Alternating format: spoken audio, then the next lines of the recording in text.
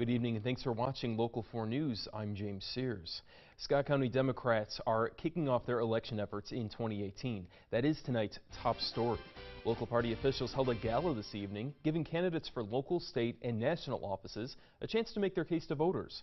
In addition, the party's hoping to use it as momentum at the ballot box for the midterm vote.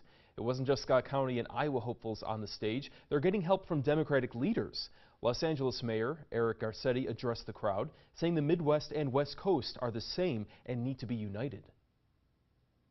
We have so much more in common, and those divisions really are a way for folks to be able to take advantage of us, to be able to pass policies that are hostile to all of us. And so I want people to know that, in LA, it was Iowa by the Sea in Long Beach, and vice versa. I know what people here care about. I know how hard they work.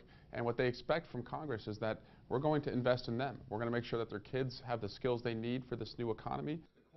Iowa native and California Congressman there Eric Swalwell was also there to address Democrats. There is speculation that Garcetti is eyeing a presidential run in 2020, but said tonight he's focused on 2018. 5 teens have been arrested after police find them in a stolen vehicle this afternoon and give chase. Police say it started just after 12:30 with a call for reckless driving along Avenue of the Cities near the I-74 interchange. They say the suspects were inside a car that was reported stolen yesterday, which had keys inside at the time. The teens then ran away from the car after mechanical issues and crashed off the avenue on 23rd Street A. Police quickly apprehended the 5 teens. An investigation tonight after an early morning explosion injures a man at an apartment building in Davenport. Fire crews responded to the 6500 block of Cedar Street after 4 a.m. and found a 6-unit building with debris in the front and backyards. One male tenant of the ground-level apartment was treated and transported. The remaining 6 tenants were unable to return to their apartments. And no arrests have been made in an early morning shooting in Davenport that left a person injured. Police say it happened in the area of North Brady Street and Veterans Memorial Parkway shortly after 3 a.m. The unidentified victim suffered non-life-threatening injuries. Anyone with information about this shooting is asked to call Davenport PD or submit an anonymous tip. President Trump is claiming victory after a U.S.-led allied attack on Syria's chemical weapons program, but the Syrian regime is refuting the effectiveness of those strikes. Laura Podesta has the latest from the United Nations in New York. The Pentagon released photographic evidence of the bombed Barza facility in Syria's capital city of Damascus.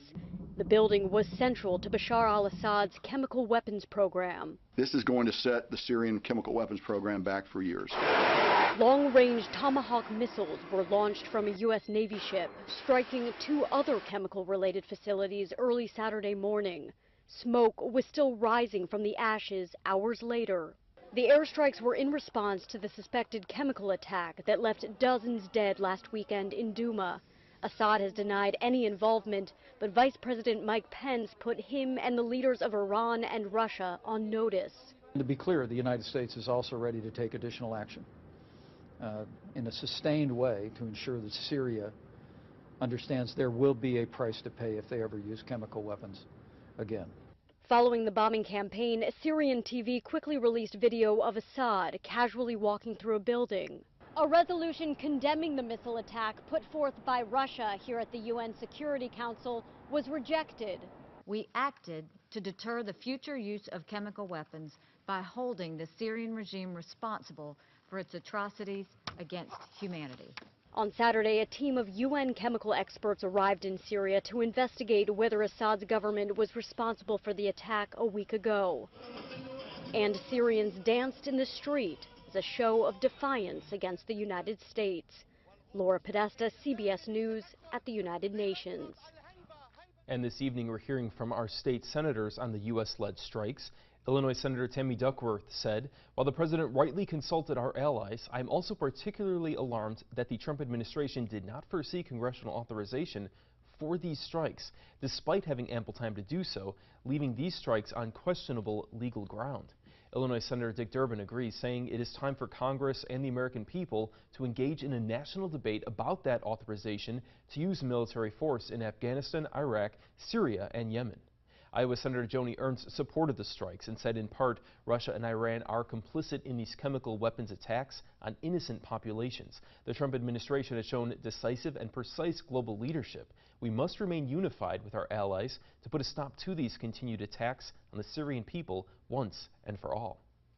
The disappearance of a child is something no parent wants to consider, but an event in Moline today is getting those guardians thinking so they have a plan in case of the worst. Local 4's Sean Logging tells us how it's starting with the tip of a finger.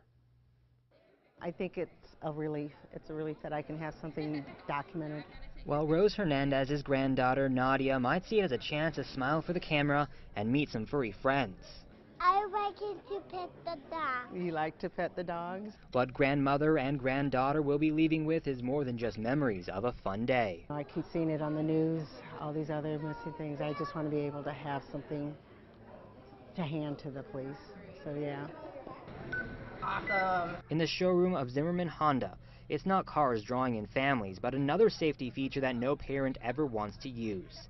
Families are getting in line so their little ones can get their fingerprints and pictures taken in case they go missing. Getting the printout with their picture on it, for them it's kind of just a fun souvenir, but for the parents it is something that's very valuable.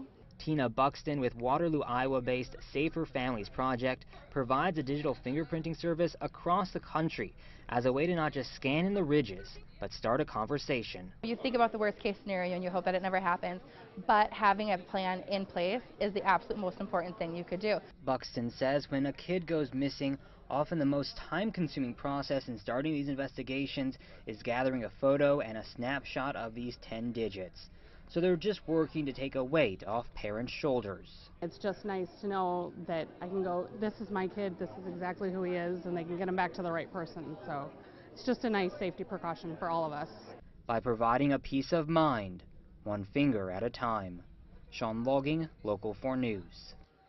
Sean, thank you. Safer Families doesn't collect the fingerprint information as part of a database, instead just providing a document to parents. Buxton says people can reach out to police departments or schools to see if they have the ink-based fingerprinting kits so parents have this information on file. Well, as members of the area Lions clubs come together for their convention, they're placing a focus on sight and sound. The service organization provided hearing and vision screenings today with their mobile buses that travel across the state. Part of the Lions Club's mission is to help serve the needs of the sight and hearing impaired community. One of their newer handheld tools helps to see if children as young as 6 months old have eye problems. If you can detect the problem early enough and get that one eye corrected so everything returns back to normal again. But we are not designed to replace optometrists or ophthalmologists. Our goal is to help do some initial screening. Parrish says they refer those who need to follow up on their hearing or sight to visit those professionals. He says the service group is looking to partner with area schools and daycares to provide the vision screenings. Local 4 News is working with the Quad Cities Chamber of Commerce, and we want you to be a part of it. We're talking about the Quad Cities Big Table. Hundreds of small groups will get together across the Quad Cities next Friday and Saturday for problem-solving discussions. Some members of the Local 4 News team will lead the discussions, and we want to hear your ideas. You can find out how and where you can get involved online at our website, ourquadcities.com/bigtable. Well, the weather may have been crummy outside. Good thing there's plenty to do inside as the Nabby Zoo opens for the season. Zoo Director Lee Jackson says there are new species and habitats debuting this weekend. You can find them in the Reptile House, Biodiversity Hall, and the Oceans Exhibit. If you want to head out to Coal Valley tomorrow, hours are 10 to 5. And Kit, the weather we're seeing in this video, this is file video from last year.